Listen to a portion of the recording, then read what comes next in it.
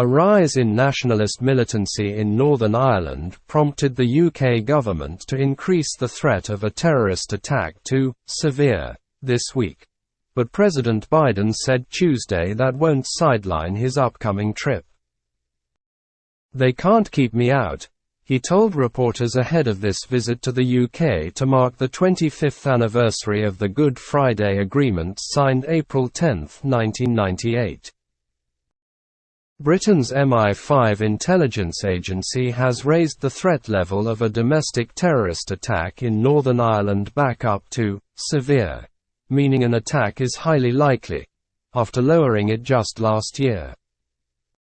The move was made following several attacks on police, including one that targeted an off-duty officer while he was loading soccer balls into his car last month.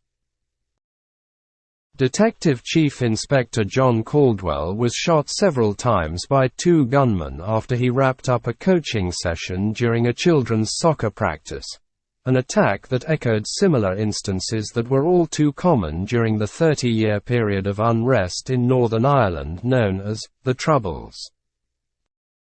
From the late 1960s through the late 90s, over 300 police officers were killed during the violence that unfolded in Northern Ireland between Irish nationalist militants, who opposed British rule, and pro-UK Unionists, the BBC reported.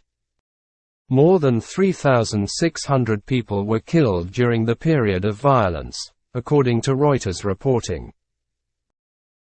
Although violent attacks in Northern Ireland largely dropped following the Good Friday Agreement, nationalist dissidents did not diminish entirely, and the UK government had kept the threat level regarding a terrorist attack at the severe ranking for 12 years before dropping it in 2022.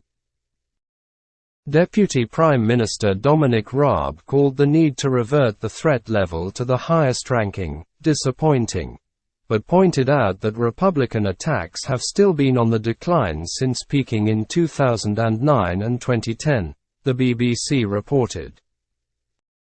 The New IRA, a dissident group that broke away from the political opposition party known as Sinn Féin following the brokered 1998 deal, sees small support in Northern Ireland as the main political parties continue to oppose their violent tactics.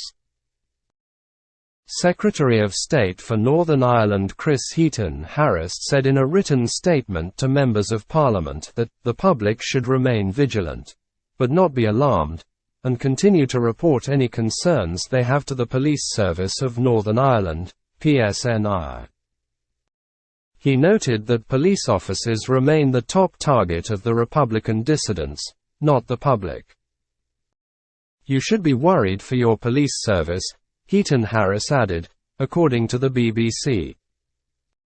"I wouldn't encourage people to be hugely concerned about their own safety broader than that.